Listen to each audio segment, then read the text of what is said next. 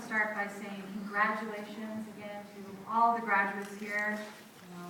You worked really hard, and it's something to be proud of, so congratulations.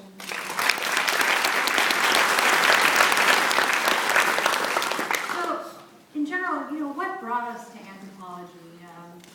Probably wasn't the fortune or the fame, believe it or not, and not even the good looks, although it is widely known that anthropology is one of the most attractive disciplines. In general, those days of Indiana Jones are kind of behind us, sad to say, although there are a couple of people I wouldn't mind seeing with the lemon whip. Heather, I'm looking at you. But mostly it was really the big questions that brought us here. A strong sense of curiosity, really wanting to know the truth about things that you can't find in other disciplines, asking what does it mean to be human, what are the differences and the similarities that we share as a species, and where do I fit into this, on a global scale. Well, we are a global species. We're wide-ranging, as most of you know, and so just about everything is affected by humans, and in that way, you could say that everything is anthropology. I personally have spent my fair share of time at family reunions being asked, so what is it you do? What is it you study? And trying to explain it, usually not so well. You might have been there. There are probably a few people here who don't really know what anthropology is, and there might even be a few graduates, hopefully not. It's a complicated question. What is anthropology? Really, if you can put it into as few words as possible, I would say it's the study of what it means to be human. And that issue is something that you get to by asking really big questions. And these are questions, that are influenced by our individual human perspective. And so not only are we related to everything because we're spread all over the earth, but every question we can ask has gone through our own human mind, and it's gone through our human thoughts. And so really, if you want to get metaphysical about it, everything is anthropology. And that's the way I think about it, at least. And I'm glad that it's a discipline that encourages variety. I know that I took a huge range of classes while I was here, not all of them by choice, but all of them quite enjoyable. And I would like to take this time to give a special thanks to the faculty because, without them we wouldn't be here, that's for sure. And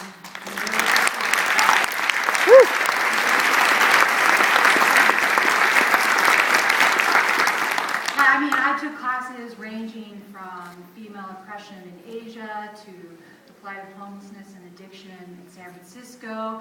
I spent hours meticulously trying desperately to memorize every tiny part of every piece of the human skeleton and which side of the body it came from. What?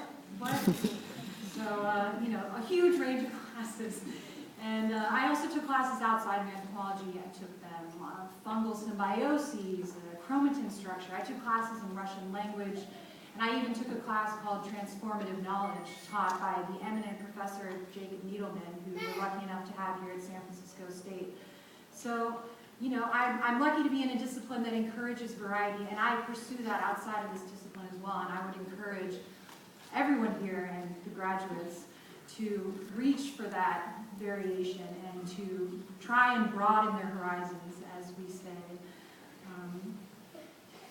There's a reason we have a wide range of subdisciplines here. There are people here from the visual arts, there are people here in culture anthropology, medical, archaeology, and of course biological. We've got a huge range of people here for a reason, because it's a discipline that is affected by everything and can relate to everything, and so it brings a wide range of people together. And I'll go to my requisite quote right now. It's actually from Blaise Pascal, who is a 17th century French physicist and mathematician.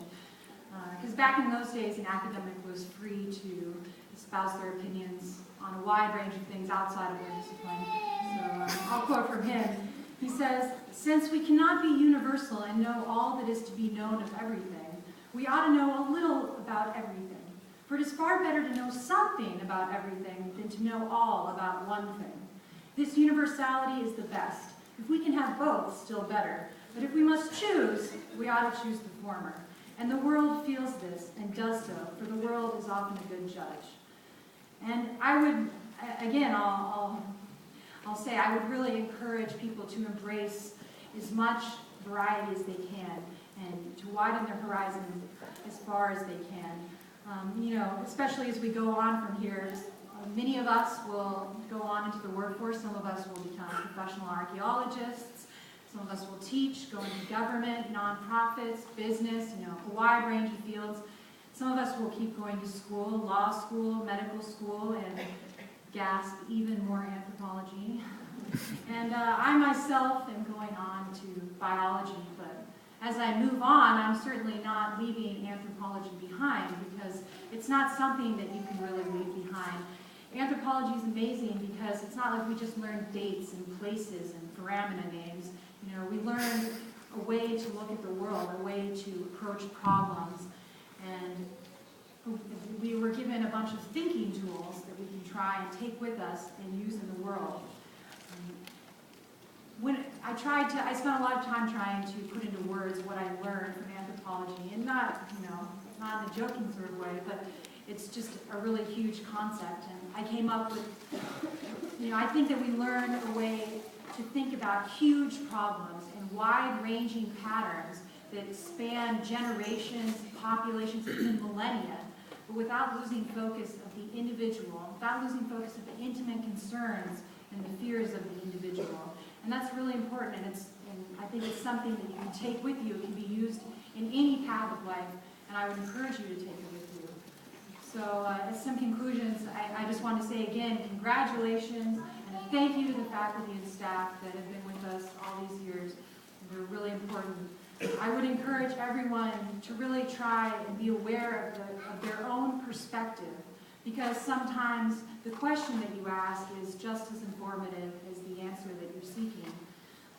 I would say again that I think anthropology is pretty much everything. Everything falls under anthropology. And so in that sense, everything is worth studying and everything is worth knowing. And I would encourage that as well. I would say, again, I don't mean to be cliche, but broaden your horizons.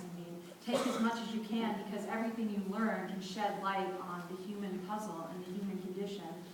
And I really think you should try and draw connections on a global, even a universal scale, because everything is connected, and not just because just about every living thing shares huge swaths of DNA in a biological sense, but because we all form part of a huge interrelated web where the actions of a single individual can ripple out and make a difference on a huge scale. And so I think that I truly believe that everything on Earth plays a part in the human story, both the past and the future. And I hope that we can take what we learned here with us as we go on. So congratulations, class of 2012.